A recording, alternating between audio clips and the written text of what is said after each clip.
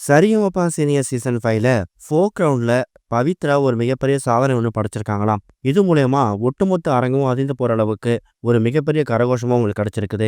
Sa Re Ga Ma Pa season 5ல இப்ப ticket ஃபினாலேக்கான race வந்து நடந்து வந்துட்டு இருக்கு. சுஷாந்திகா, ஸ்ரீஹரி இவங்க 2 பேரும் ஃபினாலே போயிட்டாங்க. இப்ப அடுத்ததா 3வதா எந்த ஒரு நபர் ஃபினாலேல அடியெடுத்து வைக்க போறாரு அப்படிங்கிறது தான் இந்த வாரம் நடக்க போற ஃபோக் ரவுண்டுக்கான ஒரு எதிர்பார்ப்பா இருந்து வந்துட்டு இருக்கு.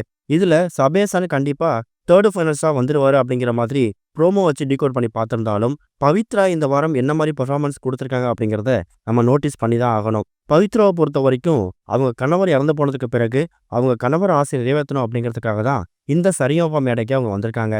செலக்ஷன் ரவுண்ட் வரைக்கும் வந்துட்டு, எது வரைக்கும் போறோமோ, அது வரைக்கும் இந்த ஷோல நீடிக்கலாம். அதுக்கப்புறம் வெளியில வந்துடலாம் அப்படிங்கிற மாரி யோசிச்சிருக்காங்க. ஆனா, டிக்கெட் டூ ஃபினாலே ரவுண்ட் வரைக்கும் வருவாங்க அப்படிங்கிறத பவித்ராவே நினைச்சு பார்க்கலங்கிற மாதிரி பல இடங்கள்ல அவங்களே மென்ஷன் பண்ணி சொல்லியிருக்காங்க.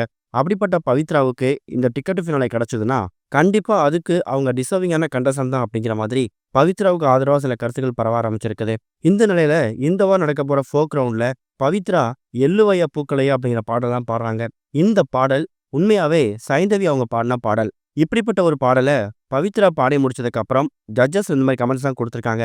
அதாவது இந்த "எள்ளுவைய பூக்களையா" அப்படிங்கிற சாங் டோட்டலாவே சைந்தவி வெர்ஷன் மாதிரி இல்ல, பவித்ராவோட வெர்ஷன் மாதிரி தான் இருக்கு. பவித்ரா மனசுல என்ன விதமான காயங்கள், என்ன விதமான சோகங்கள் இருக்கு அப்படிங்கிறத இந்த பாட்டு மூலியமா நாங்க தெரிஞ்சுக்கிட்டோங்கிற மாதிரி ஒட்டுமொத்த ஜட்ஜஸும் ஒரு மிகப்பெரிய கரகோஷத்தை பவித்ராவுக்கு கொடுத்துருக்காங்க.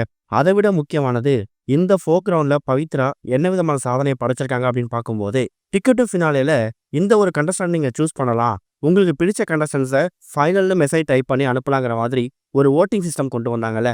அந்த ஓட்டிங் சிஸ்டம் இப்போ என்ன ஆயிருக்கு? அது சும்மா கண் துடைப்பாக வந்த ஓட்டிங்கா அப்படிங்கிற மாதிரி நிறைய பேருக்கு ஒரு கேள்வி வரும். ஆனா, அதை எதையுமே அவங்க வேஸ்ட் பண்ணல. இந்த வாரம் டிக்கெட் டு ஃபினாலே ஜட்ஜஸோட ஸ்கோர் அடிப்படையில சபேசன் ஒருவேளை தேர்டு ஃபைனல்ஸா சூஸ் ஆனார்னா கூட, ஓட்டிங் அடிப்படையில பவித்ரா முதலிடத்தை பிடிச்சு ஒரு மிகப்பெரிய சாதனையை படைச்சிருக்காங்களாம். இந்த விஷயத்த வரக்கூடிய நவம்பர் 1 அப்புறம் 2 இந்த 2 நாட்களும் நடக்க போற ஃபோக் ரவுண்ட்ல ஜட்ஜஸ் வந்து அறிவிக்க போறாங்களாம். மக்கள் போடக்கூடிய ஓட்டு வந்து வேஸ்டா போகுதுங்கிற மாதிரியும், நாங்க இத்தனை வாரங்கள் ஓட் போட்டுட்டு இருக்கோம், அந்த ஓட்டிங் ரிசல்ட்டை நீங்க வந்து ரிவீல் பண்ணவே மாட்டீங்கிற மாதிரி மக்கள் ஆதங்கத்தை பதிவு பண்ண ஆரம்பிச்சிட்டாங்க. அதனாலவோ என்னவோ தெரியல, ஃபோக் ரவுண்டு வரைக்கும் இது வரைக்கும் எவ்வளவு வந்து ஓட்டு வாங்கியிருக்காங்க, ஒரு கண்டஸ்டன்ட்டுக்கும் என்ன மாதிரி வாக்குகள் பதிவாயிருக்கு அப்படிங்கிற விஷயத்தை தான் இந்த வாரம் ரிவீல் பண்ண போறாங்களாம். அதுல அதிகப்படியான வாக்குகள் வாங்கி பவித்ரா முதலிடத்தை பிடிச்ச விஷயம் ரசிகர் வந்து சந்தோஷத்தை ஏற்படுத்தியிருக்குது. மக்கள் ஓட்டு அடிப்படையை வச்சு பார்க்கும்போது பவித்ரா முதலிடத்தை பிடிச்சிருந்தாலும் பெர்ஃபார்மன்ஸ் அப்படிங்கிறது ரொம்ப முக்கியம். பவித்ராவும் இந்த வாரம் ஃபோக் ரவுண்ட்ல இந்த "எள்ளுவைய பூக்களே" அப்படிங்கிற சாங்கை பாடி அவங்க கோல்டன் வாங்கிட்டாங்க. கோல்டன் வாங்கியும் பவித்ராவுக்கு இந்த வாரம் டிக்கெட் ஃபினாலே கொடுக்கப்படல. தேர்டு ஃபைனலிஸ்ட் அப்படிங்கிறது சபேசன் தான் போக போதாம். ஆனா அப்கமிங் வீக்ல இதே மாதிரி பவித்ராவோட பெஸ்டான பெர்ஃபார்மன்ஸை கொடுத்தாங்கன்னா, டிக்கெட் ஃபினாலே உறுதியான விஷயம் அப்படிங்கிற மாதிரியும் ஜட்ஜஸ் கமெண்ட்ஸ் கொடுத்துருக்காங்க. இதை பத்தி நீங்க என்ன நினைக்கிறீங்க அப்படிங்கிற கருத்துக்களை மறக்காம கமெண்ட்ல மென்ஷன் பண்ணுங்க.